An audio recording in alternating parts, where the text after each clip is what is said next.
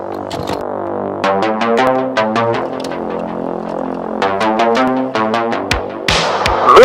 Leftovers.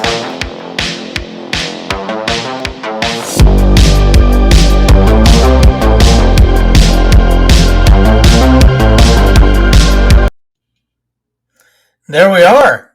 What's back up, again? Yes. What's going on, man? Shoot, not much. Long day at work. Can't wait for this pod. Yes. I'm excited, Nice. dude. I love this. Same here, man. Go. Like, I'm so stoked to do this show. I love doing it. Oh, yeah. And I cannot wait. I'm sure the listeners can't either until we get to go live and you can participate with us very soon. We're almost there. I'm excited. Yeah, we're very close to it. I'm pretty stoked about it. Yeah. So, this last movie that we got, this movie we're talking about today, Yeah. is what you picked out. It is. I know yeah. this is kind of your wheelhouse. Spy thriller. Yeah. You want to talk a little bit about the movie, what it's about?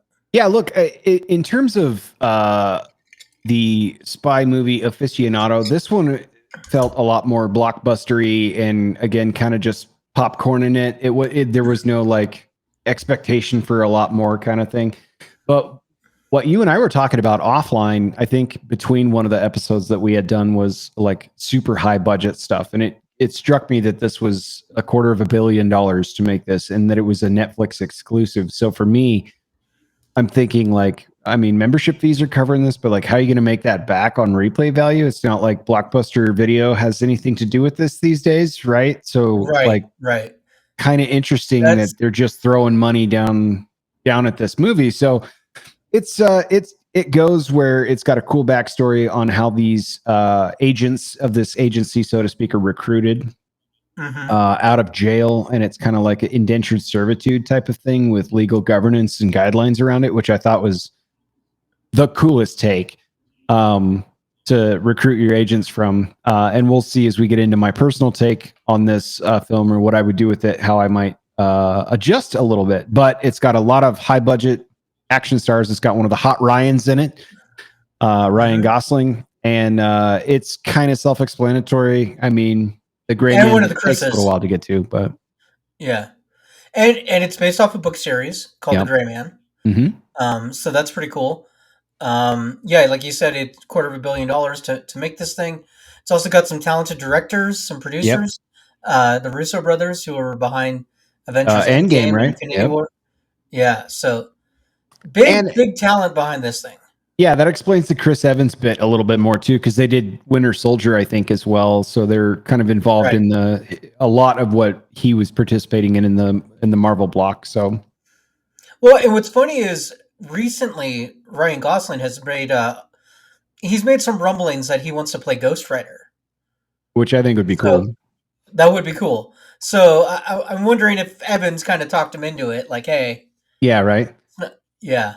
It's possible. I mean, the only Marvel, like, more and more the newer ones, I'm not connecting with as much as the old ones because they're just heroes I'm not as familiar with, point blank. But I struggled with Moon Knight and with the Loki series, just trying to figure out what was going on because I just wasn't following at all times. So but you were yeah, low-key on Loki? I was low key on Loki. That's a great way of putting that. Point scored. But yeah, overall, I think Gosling would be a fun addition to the superhero trope. You know, like, they've got a lot of other big actors. The other hot Ryan is Deadpool, so you'll have both the hot Ryans from Hollywood in there. You know what I mean? Yeah. Oh, yeah. Yeah. And let's talk a little bit about, what the audience thought about this movie. Yeah. So according to Rotten Tomatoes, the audience score, as you can see, is a wafty 90%. Yeah. Whereas the critic score is only 46%. So big divergence between the two. Yeah. Yeah, pretty great movie. I really enjoyed it. One of the things that I thought was kind of interesting too is all the special effects and the stunts that they used. Yeah. I mean, was some of the stuff unbelievable? Yes, absolutely. Yeah. 100%. Like the plane fight scene as it's going down was kind of like, this is very James Bondish, but I don't know. When he's handcuffed to the bench and they still can't shoot him? There's parts of it where it's like, I think they're not taking themselves too seriously, particularly with the dialogue, which I thought was really funny, especially between Gosling and Evans' character. But There's other parts of the film where they're trying really hard, and it's like I kind of couldn't make heads or tails of like, are they taking themselves seriously or not or what? But overall, again, for popcorn movie, it was great. Like a lot of action, a lot of quips. Characters are very straightforward, easy to follow, easy to love and hate. Like there wasn't a whole lot of substance behind them, it seems. So yeah, it was good. I thought it was Yeah, fun. it's a good popcorn film. It's Yeah. nothing you really think about. It's just fun. Right. Now, this was my rewatch. This was your first time watching The Gray This Man. was Is my that first right? time watching it. So, Correct. was there any part that struck you, or was it just like, I see where we're at 5 minutes into this? Oh yeah, I got the vibe. I mean, this was a. I mean, 20 years ago, this would have been a Wesley Snipes film. Oh yeah, 100%. That's kind of the vein that we're in. Yeah. So we like to read some of the top viewer score or viewer reviews and some Let's of the do it. bottoms. So we got a 5-star review from Beth. Let's go, Beth. She writes, lots of action and suspense. Ryan Reynolds was great and smooth operator, and Chris Pine was hilarious. You got the wrong Ryan. I love it. Yeah, perfect. And Chris Pine. Pierce Pine was not part of this film. I love that. Beth knows what's up. Beth knows what's up. Whereas Ken R gave this film only half a star. Talk to me, Kenny. He says, this movie sucks, no coherent plot, lousy dialogue, stupid action scenes, what a complete waste of time, and a butchery of an excellent book. Yeah? So, tell us how you really feel, Kenny. Kenny, that sounds like you're a massive fan of the books, right? Like I've heard your review exactly before, word for word, when it came to Lord of the Rings. Yes. It just wasn't you, and it wasn't this movie. I've heard this before with almost every other book adaptation. So one wonders if he was a Gray Man stan, so to speak. I gave the exact same review with George or Curious George when that movie came out. Yeah, so, why not? I mean, that was probably disappointing lots of hearts all over America. I can't. What year did that come out? I think I missed it. I don't even know. It's a dark day in history. I know that. Yeah, that's fair. Yeah, that's fair. It's a very dark day in history. So, did we get any box office numbers for this? Because this wasn't a box office. There is no box office. Right. No, so how do we figure out like the revenue generation on this? Clearly, Netflix has a plan besides subscriber base. Talk to us about that a little bit. So there is not a plan, and this is part of the problem that Netflix is having right now, where they keep throwing money, and it's not really working out, right? Because where Netflix was growing exponentially is when they were licensing content and not making it themselves, like the Daredevil thing and all that stuff. Right. Yep. Right. Yep. And by making money, what I mean by is increasing their membership, right? Mm-hmm. But that has since plateaued. This last fiscal quarter is the first time they've dropped members. First time ever. I read an article on that, and I think it had to do with like they were just accounting for access users, not people that were paying for it. So like you get the 5 leech, like the one guy subscribing, and then the 5 leech accounts that you can give to your buddies to log in with. And suddenly that's been revealed, and they're down a little bit more than everyone thought. So yeah, I don't understand the revenue stream behind this, because they certainly got the eyeballs, whether the algorithm pointed it at you because it's something you're into, or the fact they're promoting their own shit, which they're going to do. It got watched a bunch of times. So I was always kind of curious about that. Like, what is the rate of return on a massive high budget film like this? Well, and there is some scuttlebutt, some rumors going around that maybe Netflix will get into actually putting their movies in the movies. Right. They try to get a box office. I've loved a bunch of them. Where I was like, this is huge. The Old Guard was a lot of fun. That would have been great. Mm-hmm. Make a few million, give some prestige to the film, and then put it on Netflix. Yeah, 100%. Right? That'll help with that. So we'll see if they actually do it. It is something they're talking about. I mean, you look at a film like Morbius, right, which completely flopped at the box office, but it now is like one of the top 10 films on Netflix right now. Right. As we record this. So like, I wonder, like, I know that it was trialed by Sony, I think Universal, and a couple other films that were like co-released during the pandemic. So it's like there's some in the theater, but we know most of you are at home, so we're going to release. HBO did it with For a full year, they did that. Dune and a bunch of other like big titles and stuff A like bunch that. of them, yeah. But you kind of had to pay extra to see it as though you were going to go to the movie theater. And Nope, I feel not on like, HBO. well, not all the streamers, but some of them you did. Like Disney, for Yeah, example, you had to, Disney right? did that. I Disney did that. remember having to pay up front for Black Widow, I think, because I was at home watching it. Yep. Yeah. So stuff like that, I wonder if Netflix does put their films in the actual theater, that they can rake the box office, but then get like, or if you're a Netflix user now, you can watch this movie for $5 if you pay us $5 right now. Yeah, I mean, that's there's not a bad probably idea. potential there, right? So Right. yeah, So we'll see if they do that, but why don't we take a quick break, let's do it. and then when we come back, we will give our what we would do with the franchise. Yeah, we'll give our gray men takes. Yeah, All right, we'll be right back. we'll be back. All right, we're back. Is my mic too hot for you guys?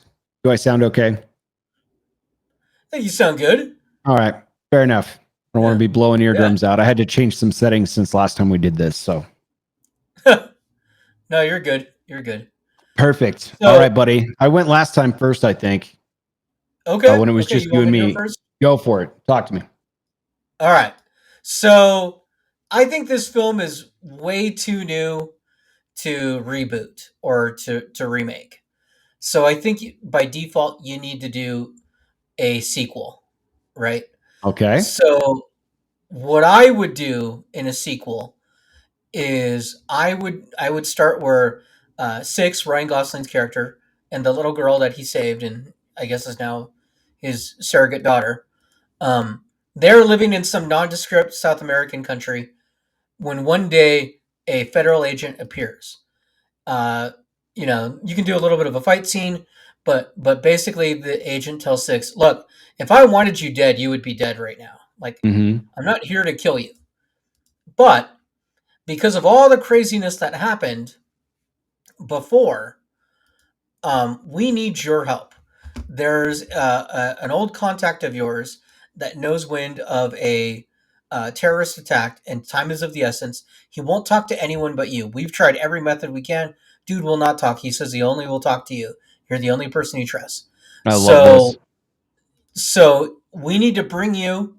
Go talk to him. Get the info. Once you get the info, we will let you go. And in fact, not only will we let you go, we will replace that girl's pacemaker with an untraceable one, so that you don't have to be watching over your shoulders anymore.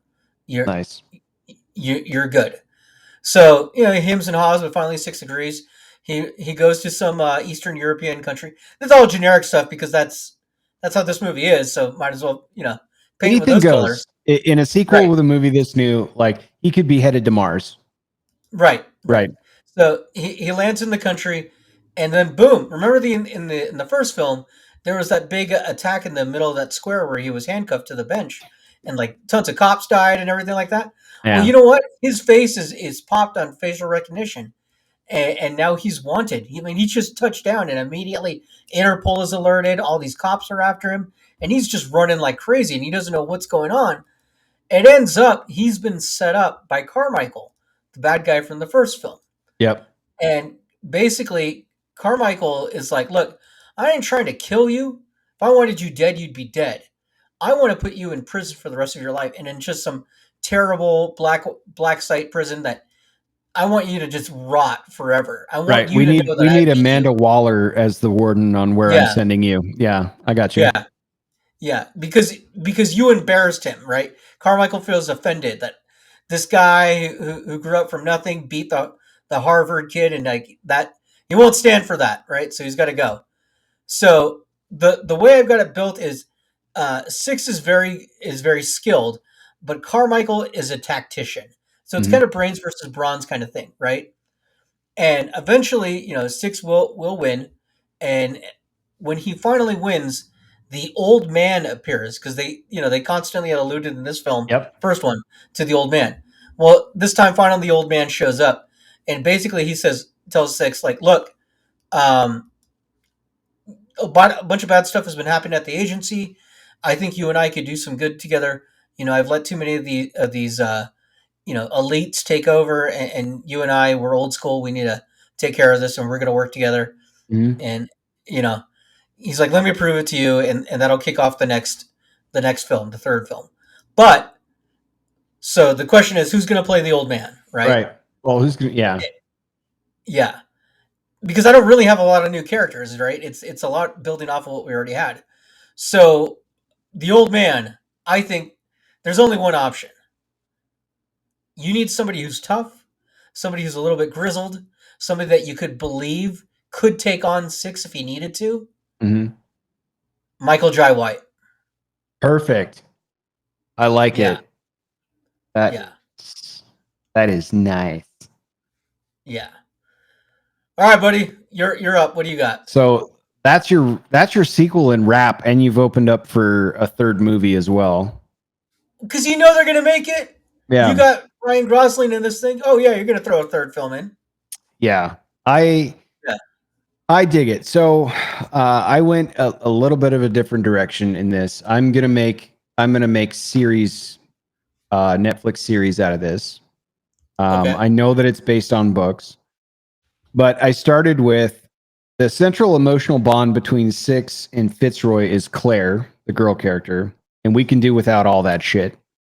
All right. The soundtrack was great. It was oddly distracting for me, but I thought the score was dope in this film. So where do we go from here? We're gonna have a few central characters, and we're gonna have a pair of seasons that I've mapped out: season 1 and season 2.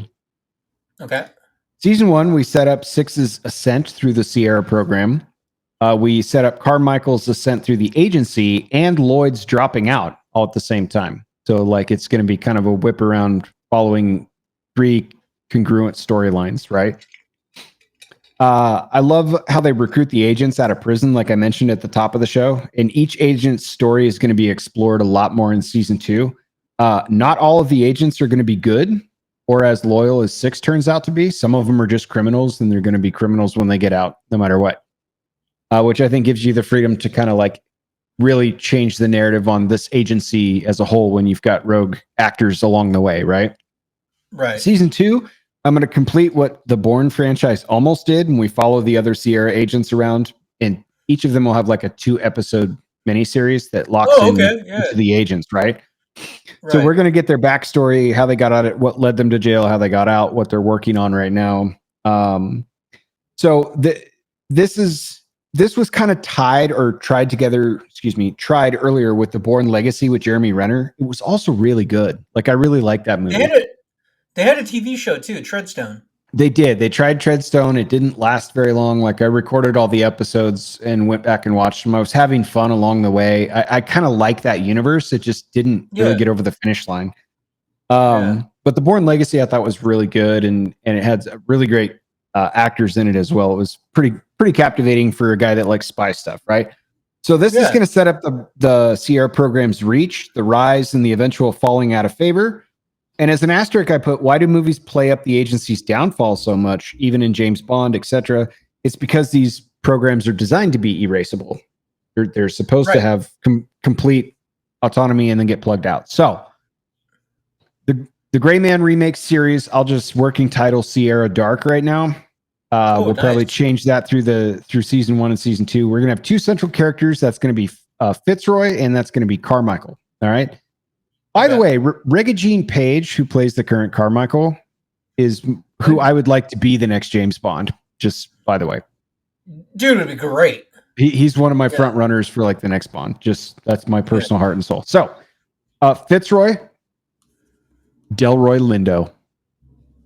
Ooh, let's go. I want Delroy Lindo in there. I want him to be angry. I want him to talk what he's thinking out loud, like he does in all the movies I've seen him in. He's fucking awesome. Give me Delroy Lindo as Fitzroy. Okay, I like that. Carmichael.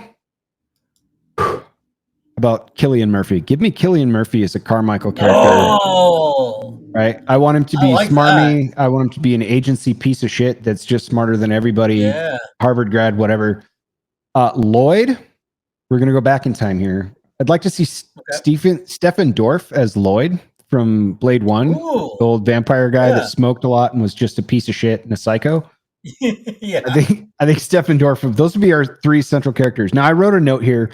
There's going to be many different Danny Miranda's and Suzanne Brewer's types of characters through each of the agency stories.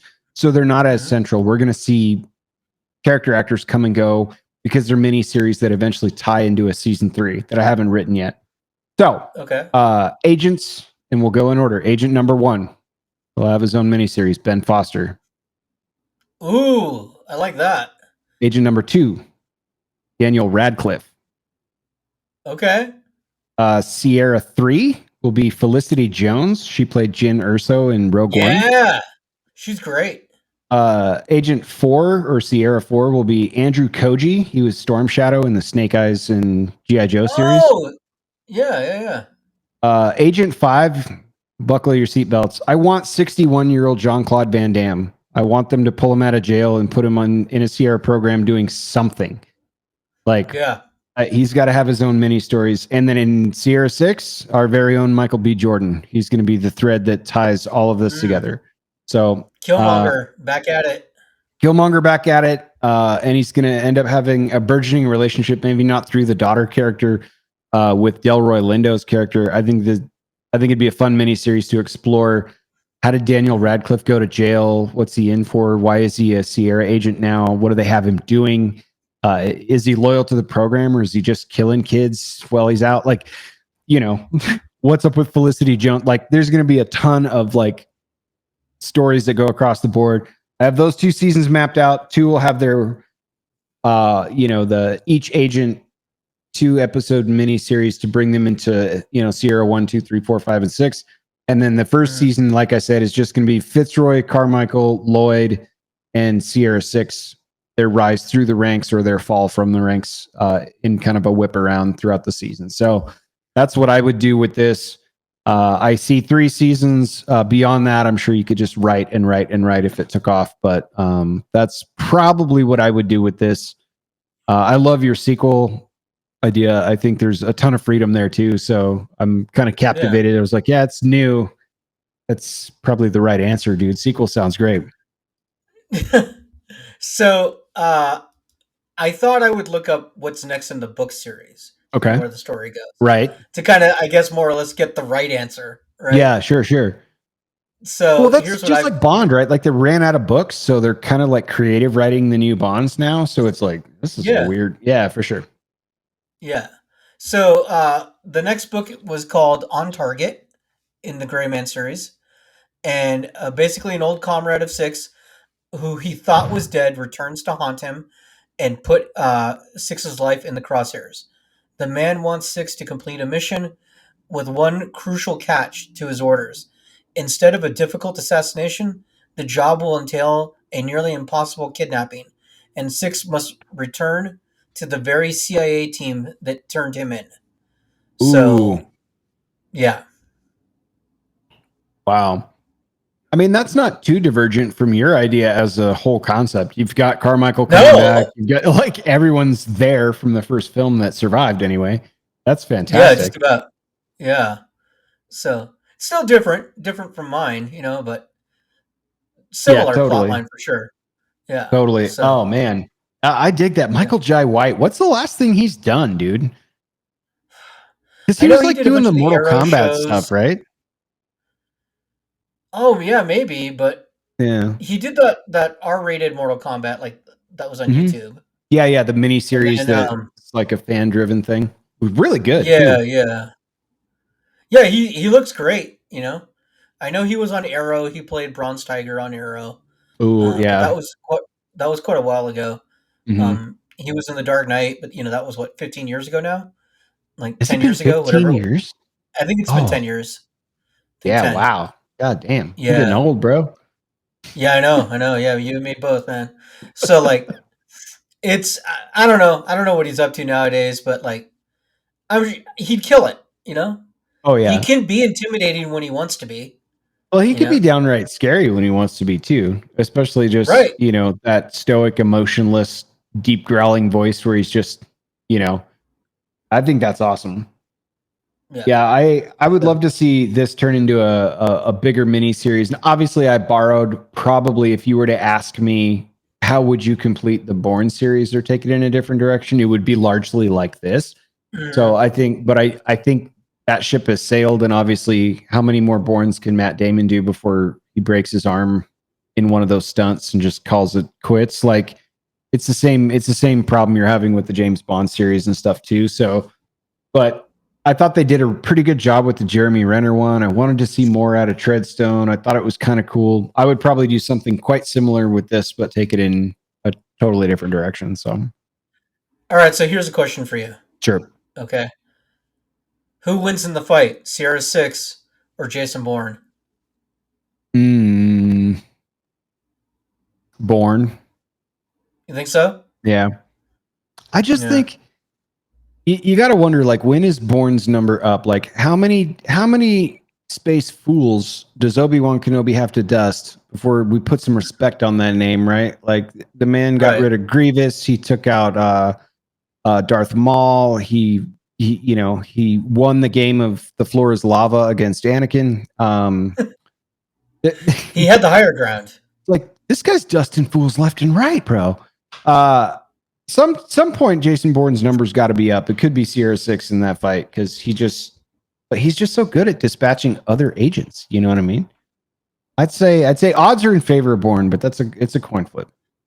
Have you seen the video? There's a video of Ewan McGregor where he's signing some fan's hat at some event, and so he's signing the hat. He's looking at it, and I guess the hat's already got Hayden Christensen's signature on it. Oh, really? And so Ewan McGregor is trying to sign right above it. The guy goes, "Oh, well, could you put it down low on the brim?" Like, I was kind of hoping to have it there. And Ewan goes, "Yeah, but I'm trying to get the higher ground." That's awesome. Did the fan accept that logic and say, "Please, God, right above"? Yeah, for sure. For sure. There's only one right answer to that, which is yes, we're not worthy. Right. I mean, how could you not? The story you could tell afterwards is great. That's brilliant. Yeah. That's a life-changing story, actually. And why did he write it where you can't really see it way up here in the corner? Because he has the high ground, Anakin. That's right. You can't be mad at that. Oh, that's perfect. That's perfect. So I know that normally we try and prep the team for like what we're going to do next. We didn't really talk about it ahead of show, but I think you're on the block again. So it's incumbent on you to kind of pull this one out on the fly. Yeah. So I was thinking about that a little bit ago. Sure. So I feel inspired, right? Like, we're trying to do as many different film genres as possible before we start going back to the same well. And I feel like we've done a lot of, like action and adventure and, certainly the non-thinker popcorn film for sure. Yeah, for sure. Yeah. And I think it would be fun to do a family film. Okay. And I know that they're planning to do a new Karate Kid soon. They've just announced that. Okay. Yeah. Now, I'm not saying we do Karate Kid. I'm saying we do a family film, and I'm thinking there's only one personally that I enjoy, that I love. Mighty Ducks. Mighty Ducks. All right. The OG original Mighty Ducks, Emilio OG original Mighty Ducks. Okay. Wow. And that's going to be fun to reimagine, especially for the audience too, because it was this film franchise that actually spawned the NHL team, the Anaheim Mighty Ducks at the time. I don't know where they're at now or if they're still a franchise, but they're still in Anaheim. Yeah, so that was actually the origin story of that. There's a lot of Mighty Ducksness that went on from there, and not a lot more from Emilio after that, if memory serves me. So it'll be a lot of fun to revisit. He did one season of the Mighty Ducks show. They made a Disney Plus show, and then he's out. But that's gonna bring me back, dude. It's been a long time. That's pre-Knuckle Puck, dude. That's even predates the Knuckle Puck. Yeah. Oh, it does, doesn't it? I think that happens in 2 when they pick up. We can talk about Goldberg, the goalie. Oh man, Flying V. What happened to rollerblading? It's all right here on Movie Leftovers. Yes. All right. Well, I guess we're just wrapping it up now. Yeah, man. This was fun. I like yours. So, audience, definitely let us know which one you would do or which one you liked more. Give us your thoughts on what you might do with the Gray Man. And check out the catalog. We have a few episodes up now. Can't wait to see you live. For sure. Should be next week. It seems like it will be good for next week. So Awesome. And then we'll go live with the Mighty Ducks. Sounds groovy. All right, man. All right. Another great week. Talk to you later. See ya. Bye.